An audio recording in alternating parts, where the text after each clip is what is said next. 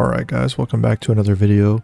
Today we're going to be talking about some single man room clearing, some solo CQB, some of the thoughts, tactics, techniques, procedures, things that we want to think about if we are by ourselves clearing a room. Now obviously CQB is one of the most dangerous things that we could be doing. So if you have to do it by yourself, you're definitely in a bad spot. We're going to want to try and have as many teammates, buddies, come with us as we can, but in some situations it's going to be just you, whether you're a patrol officer who's got to clear something by yourself because there's no backup around, or say you're living at home and you heard something go bump in the night and you need to clear your house on your own. You're the only one there, so you're going to have to make do with what you've got. So obviously we're going to want to be as quiet as possible. We're not going to want to telegraph our movements if we've got a weapon light. We're not going to want to be shining that willy-nilly, letting the enemy know where we are.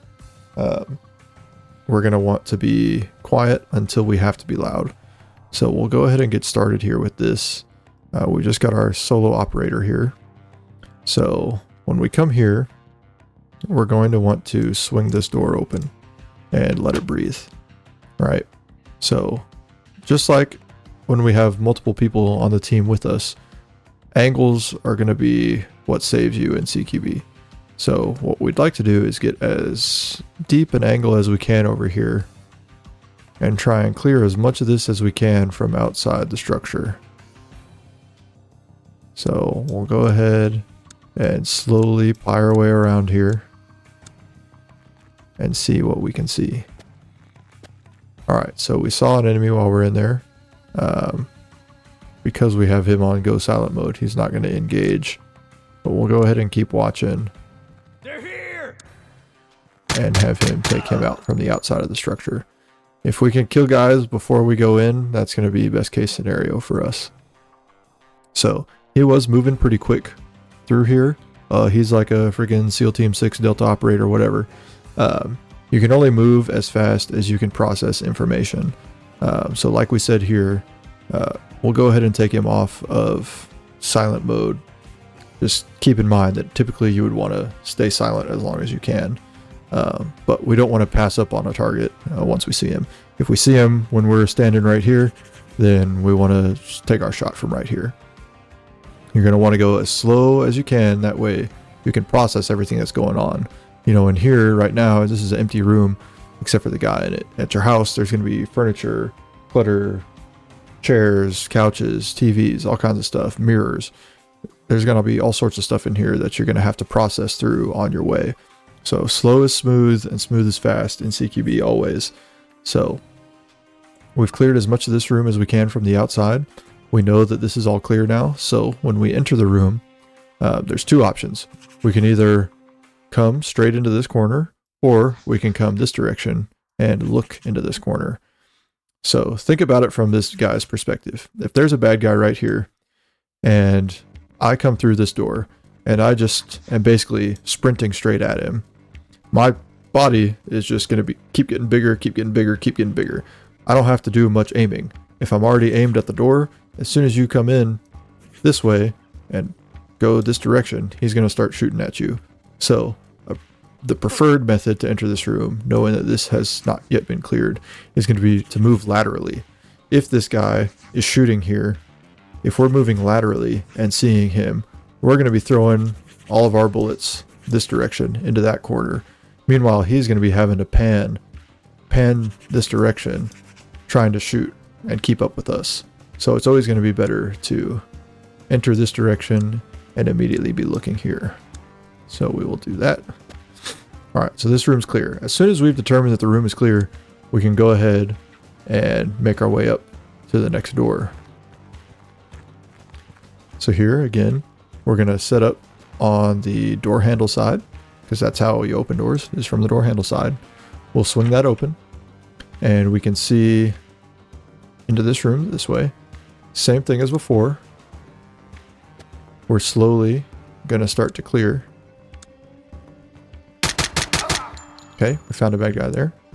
Same deal. We're just going to slowly pie this off. until we can't see anymore. So we've cleared a large majority of this structure, this room. The only thing left is both sides. So when there's only one of you here, you're going to have to do the best you can to decide which way you want to go. So there is this hallway up here that we need to be worried about. So we're going to want to be looking that way eventually. Honestly, what you're going to have to do is pick a side, check it, and quickly swing around to the other side. So if you come in through the door this way, as you start to come through, as you can see, we've already cleared that. Then we'll rotate around this direction, clear that, trying to not stand in the fatal funnel if we can. And then we're going to pick up on this hallway. So again, another little lesson in angles. If we were completely sucked in right here, as you can see from our little line there, you can't really see much until you come around that corner. Whereas if you come out here, already you can see this line showing what we can see. So we can see a lot better while being down this hallway, stood off from that bit of cover. So from here we could see that guy. If we were pressed in right here, we wouldn't see him until we were all the way around that corner. Okay, so we will continue to clear down this long hallway, which is super long because I just made a quick little custom map, but that's cleared out now. So now we've got 2 more doors here. So we're going to go ahead and make our approach. Again, we're going to be here on this door handle side. And this is a spot where we can start to use our knowledge of building construction to our advantage. So we're going to swing this door open from the door handle side, and we can immediately see that there is a wall here, right? So we already know that this is going to be a corner fed room. And we know that because as soon as we open that door, we hit into the wall.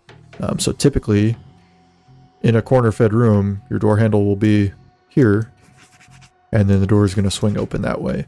If the door handle were over here, there's a likelihood that it's either a center fed room or that it's going to be a corner fed room that goes this direction, right? Because the door would swing open the opposite way.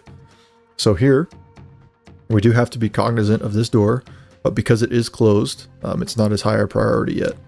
So same as before, we're going to try and take as much of this room as we can from the outside, get all the way to here, and nearly this entire room has been cleared.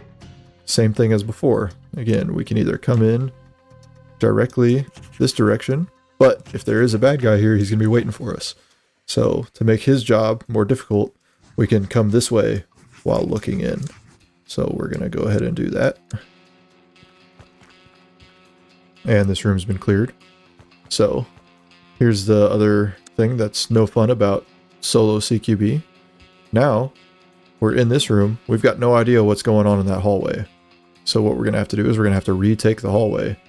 So basically think of it as coming back into this room again. We've cleared as much this direction as we know of, but once we come out, we're going to want to check behind us and then orient back down the hallway. So no one's come from either direction.